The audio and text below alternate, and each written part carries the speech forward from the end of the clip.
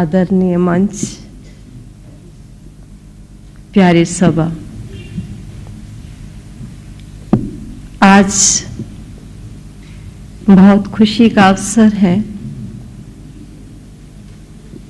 कि मैं सेवा में रत उन महान विभूतियों के सामने चंद शब्द सुनाने के लिए उपस्थित हुई हूं, जो चंद शब्द इस आध्यात्मिक शिक्षा के आधार से हमने अपने जीवन में ग्रहण किए हैं। जैसा कि आप सब जानते हैं कि ये संसार को कर्म क्षेत्र कहा जाता है और इस कर्म क्षेत्र में कर्म धारा के बिना कोई नहीं रह सकता, चाहे वे प्रवृत्ति में रहे या निवृत्ति में रहे, व्यवहार करे या व्यापार करे, लेकिन कर्म उसे करना ही होगा। परंतु कुछ प्राणी जो कर्म करते हैं वे स्वयं के लिए करते हैं। कुछ प्राणी अपने जीवन को अपने परिवार के कार्यों के लिए बिता देते हैं और कुछ थोड़े हैं जो अपने जीवन को स्वयं तक सीमित नहीं रखते, अपने परिवार तक सीमित नहीं रखते, लेकिन समाज तक सीमित रखने की कोशिश करते हैं ताकि समाज से बना देश और देशों से बने संसार में वे अपनी सेवाओं को दे सकेंगे। और मैं ऐसा ही समझती हूं कि आज ऐसी ही व्यवसाय की बहनें अथवा भाई मेरे सन्मुख उपस्थित हैं। जिस बात पर मैं एक विशेष बात यही कहना चाहूंगी कि हर एक इस बात को समझता है कि जैसा कर्म किया जाता है उस कर्म का वो परिणाम अवश्य निकलता है। जैसे किसी खेती में बीज बोया जाए और वे बीज फल को प्राप्त कराता है, ठीक इसी प्रकार कर्म क्षेत्र में किया गया कर्म अच्छा अथवा बुरा, सुख अथवा दुख के रूप में प्राणी मात्र को फल अवश्य देता है। जब कभी हम ऐसी बात कहते हैं तो आज कुछ लोगों का ऐसा विचार चलता है कि आप कैसे ये कह सकते हो कि इस कर्म क्षेत्र में किया गया अच्छा कर्म अच्छे फल को देता है और बुरा कर्म बुरे फल को देता है, जबकि प्रत्यक्ष कुछ अन्य ही देखने में आता है। कई बार अच्छे कर्म करने वाले को बहुत से कष्ट उठाने पड़ते हैं, कई प्रकार के लाछन उसके जीवन में लगते हैं और बुरे कर्म करने वाला बहुत नाम कमा जाता है, काफी यश को प्राप्त कर लेता है और बहुत सुखी और धनधान्य जीवन संपन्न करता है। तो कैसे कहा जाए कि अच्छे कर्म का फल अच्छा होता है और बुरे कर्म का फल बुरा होता है? लेकिन मैं फिर भी इस बात को स्पष्ट करना चाहूंगी कि कभी इस बात को नहीं भूलना कि अच्छे कर्म का फल सदा अच्छा होता है, बुरे कर्म का परिणाम सदा बुरा होता है। हाँ, ये अवश्य है, कभी हम कुछ अच्छा कर्म कर रहे होते हैं लेकिन कुछ किया हुआ बुरा कर्म का बीज उसके फूटने का टाइम आ चुका होता है और वे उस समय फूटता है जिस समय अब अच्छा कर्म कर रहे होते हैं। हमें उस बुरे बीज के फूट का परिणाम जो दुख रूप प्राप्त होना चाहिए वो दुख प्राप्त होता है और हम ये समझ लेते हैं कि शायद ये जो अच्छा मैंने कर्म किया इसका फल मुझे दुख मिला है। ये कभी नहीं भूलना कि अच्छे कर्म का फल दुख नहीं मिला, कुछ पूर्व का बोया हुआ बुरा बीज उसका फल दुख रूप मिला। जो आपने किया है वे कहीं जाएगा नहीं। दूसरी बात यह है कि कर्म तो सब मनुष्य करते हैं, लेकिन कर्म के पीछे उनकी मानसिक स्थिति कैसी है। आज हमारे सामने इतिहास के भारत में एक ज्वलंत कुछ उदाहरण है, जो छोटा से एक उदाहरण देके मैं अपनी बात को स्पष्ट करना चाहूंगी कि जिस समय दो देशों का आपस में झगड़ा चला और झगड़ा एक कोहिनूर हीरे पर था। यह भारत का प्रसिद्ध हीरा था और एक राजा के पास वह हीरा था, दूसरा राजा उस हीरे को लेना चाहता था। इस कारण दो देशों का घमासान युद्ध हुआ। वह युद्ध काफी समय तक चलता रहा, बहुतों की जान गई, देश का माल गया, लेकिन एक राजा जिसके पास वो हीरा नहीं था और लेने की तमन्ना थी, उस राजा के मन में एक विचार आया और उस विचार को उसने दूसरे राजा तक बड़े सुंदर शब्दों में पहुंचाया कि बहुत समय से हम दोनों देश आपस में लड़ रहे हैं, बहुत सी जान गई है, बहुत सा माल गया है, क्यों नहीं आपस में सलाह कर ली जाए ताकि ये जान और माल की रक्षा हो सके और अपने देश को धन धान्य से संपन्न सुखी बना सके। तो दूसरे वाले राजा की मांग को पहले वाले राजा ने स्वीकार कर लिया, क्योंकि दोनों ही देश में घमासान युद्ध होने के कारण जान माल का नुकसान हो ही रहा था। कुछ इतिहास को जानने वाले इस किस्से को जानते भी होंगे। जब तिथि निश्चित कर दी गई कि किस स्थान पर दोनों को मिलना है और संधि किस प्रकार की जाएगी, स्थान निश्चित हो गया, दिन निश्चित हो गया। जब दोनों राजे एक स्थान पर जाकर मिले तो दूसरा राजा जिसने ये कहा था कि हमें संधि कर लेनी चाहिए, क्योंकि उसके पास हीरा आया भी नहीं और जान माल का नुकसान भी हो गया, संधि की राय उसी ने दी थी। संधि के समय जब दोनों राजा वहां पहुंचे तो पत्र लिखने वाले राजा, जो कि दूसरा था जिसके पास हीरा नहीं था, उसने पहले वाले राजा से कहा कि हमारे देश की एक प्रथा है कि जब दो राजा आपस में मिलते हैं तो पहले भारत में पुरुष लोग भी अपने सिर को नंगा नहीं रखते थे, पगड़ी बांध के रखते थे, और राजा लोग तो वैसे भी ताज आदि लगा के रखते हैं, तो दोनों के सिर पर पगड़ी थी।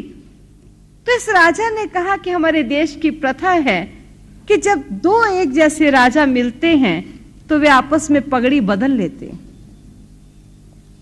अब पहले वाले राजा को इस बात को स्वीकार करना पड़ा, क्योंकि उसने संधि स्वीकार की थी। दोनों की पगड़ी बदली गई। कारण क्या था कि जिस राजा ने संधि के लिए आमंत्रित किया था उसे पता चल गया कि जिस राजा के पास कोहिनूर हीरा है, यह हमेशा अपनी पगड़ी के बीच में इस हीरे को रखता है। बड़ा सुंदर तरीका है, क्यों ना संधि कर ली जाए। और संधि की वेला में यह कह दिया गया कि हम दोनों आपस में पगड़ी बदल लेंगे। पगड़ी बदल ली गई, बिना जान और माल के हीरा राजा के हाथ में लग गया। बात तो बहुत सुंदर थी। अगर हम देखें कहा बहुत सुंदर रूप से गया कि जान की रक्षा करनी चाहिए, धन धान्य की रक्षा करनी चाहिए, देश के राजा का कर्तव्य है प्रजा का सम्मान रखना चाहिए। लेकिन आप जरा सोच सकते हैं कि मन की भावना क्या थी। जब प्राणी के मन की भावना कुटिल होती है, कर्म श्रेष्ठ किया है, भावना श्रेष्ठ नहीं है, तो क्या आप समझ सकते हैं किस प्रकार का उपार्जन किया यह हीरा, क्या उसे उसके जीवन में सुख को प्राप्त करा सकता है। और सचमुच आज प्रत्यक्ष हमारे सामने ये उदाहरण है। धन धान्य से संपन्न प्राणी है, संतान है, घर बार है, सब कुछ है। पूछा जाए क्या हाल चाल है, कहते मानसिक रूप से शांति नहीं है।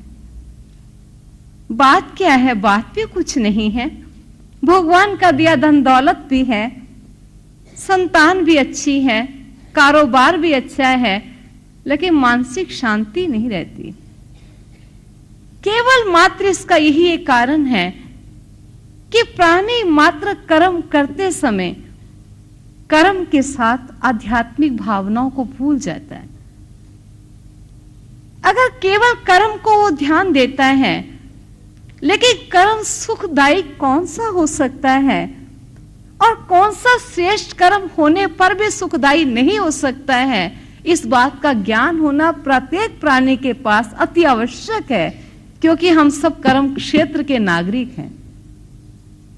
इस कर्म क्षेत्र में रहते हुए हमें कर्म करना होगा और जैसा कर्म करेंगे कर्म अनुकूल फल पाना होगा। आज हम देखते हैं फल की प्राप्ति होने पर भी मानसिक शांति और मानसिक सुख नहीं, केवल मात्र उसका यही एक कारण है कि कर्म अच्छा मनुष्य करता है, लेकिन मन की स्थिति कर्म के अनुरूप नहीं होती। जब मन की अवस्था कुछ अन्य है, कर्म कुछ अन्य है, फल प्राप्त होता है, सुख प्राप्त नहीं होता है। इसलिए इस आध्यात्मिक विद्यालय में इस बात की विशेष शिक्षा दी जाती है कि केवल कर्म की महानता को ही ना देखना, उस कर्म की महानता के साथ आपकी मन की स्थिति कैसी है उसका ख्याल रखना। क्या मन के अंदर प्राणी के प्रति सहानुभूति है? क्या प्रत्येक मनुष्य के प्रति आपकी आत्मीयता है? क्या मानव के दुख दर्द को दूर करने के लिए आपके अंदर हमदर्दी की भावना है? क्या मनुष्यों को सुखी और शांत करने के लिए आपके दिल में शुभ कामनाएं हैं? अगर केवल आप ड्यूटी को ड्यूटी समझकर निभा लेते हैं तो ड्यूटी के अनुकूल आपको आदर मिल जाएगा, सम्मान मिल जाएगा, धन दौलत मिल जाएगी, मानसिक शांति नहीं मिलेगी। इसलिए विषय जब मैंने देखा मुझे बहुत अच्छा लगा कि सचमुच ये व्यवसाय जिसको करने वाले आज विशेष रूप से यहां आमंत्रित हैं, ऐसा मैं कहूंगी कि उन्हें ईश्वर की तरफ से महान सेवा का सौभाग्य प्राप्त हो चुका है। केवल थोड़ा सा उसके अंदर एडिशन करनी है, और वह एडिशन है अपनी मानसिक स्थितियों को गुणों के प्रभाव से प्रभावित कर लेना, अपने मन की स्थिति को सर्व आत्मा के प्रति प्रेम और स्नेह से संलग्न कर लेना। अगर हमें इस बात का पता चल जाए कि जीवन में गुणों की धारणा कैसे की जा सकती है, तो मैं समझती हूं कि इस जॉब को करने वाले ना केवल ये नौकरी करने वाले कहलाएंगे, लेकिन महान सेवा करने वाले कहलाएंगे। ना केवल उनका वर्तमान सुधरेगा, लेकिन उनका भविष्य भी चमकीला और महान हो जाएगा। उसके लिए मैं आपको एक उदाहरण और देना चाहूंगी। मान लीजिए आप कोई कार्य करने जा रहे हैं और किसी को बहुत अच्छी बात कहने जा रहे हैं, अच्छी बात आपने समझाने की कोशिश करते हैं, भाई ऐसा कीजिए, ऐसा करने से ऐसा होगा। आपने अच्छी शिक्षा दी, समय दिया, लेकिन इतना कर लेने पर भी आपकी अच्छी शिक्षा को दूसरे ने माना नहीं, ठुकरा दिया। उस क्षण ये चांस होता है मानव के प्रति स्नेह और हमदर्दी के समाप्त हो जाने का। मनुष्य के मन से मनुष्य के प्रति शुभ कामनाओं के समाप्त हो जाने की संभावना बनी होती है, क्योंकि अच्छी बात कही है, मानी नहीं, ठुकरा दी है, और कई बार स्वयं भी परेशान हो जाते हैं। क्या मनुष्य की सेवा करें? आज का मनुष्य सुनता तो है नहीं। जब सुनता नहीं, अपना मन भी क्षति में आ जाता है और इस खिन्न होकर के कभी कभी परेशानी सा प्रतीत करता है। इस आध्यात्मिक शिक्षा के आधार से हमें यह पता चलता है कि अगर आप किसी को अच्छी बात कह रहे हैं, बहुत अच्छी बात है, लेकिन ख्याल रखना अच्छी चीज हर एक स्वीकार नहीं कर सकता है। आप स्वीकार कराने की कोशिश अवश्य करना। आप इसलिए स्वीकार कराना चाहते हैं कि अच्छी बात को स्वीकार कर ये शांति और आनंद का अनुभव प्राप्त कर सके। अगर वे आपकी अच्छी बात को स्वीकार कर आनंद और सुख का अनुभव नहीं कर रहे हैं, तो कम से कम अपने सुख और आनंद को समाप्त नहीं कर लेना। उनके प्रति उस भावनाओं को ना ले आना कि ये तो है ही ऐसे, इन लोगों की तकदीर ही ऐसी है, इन्होंने अच्छा लेना ही नहीं है। आप अपने मन की अशुभ भावनाओं को ला करके अपनी भावना उन तक क्यों पहुंचाते हैं? फिर भी मंगल भावना मन में बनी रहे, आज नहीं तो चलो कभी समझ जाएंगे। हमने अच्छी ही बात कही है। अपनी सुख और शांति को कायम रखे, अपने मानसिक बैलेंस को बनाए रखे, उनके प्रति स्नेह और स्निग्ध भावना को बना करके अगर हम किसी की सेवा करते हैं तो आज नहीं तो कल उस सेवा का परिणाम अवश्य सुंदर निकलेगा। मैं इतना ही कहकर समाप्त करना चाहूंगी कि इस महान जॉब को एक महान सेवा समझें।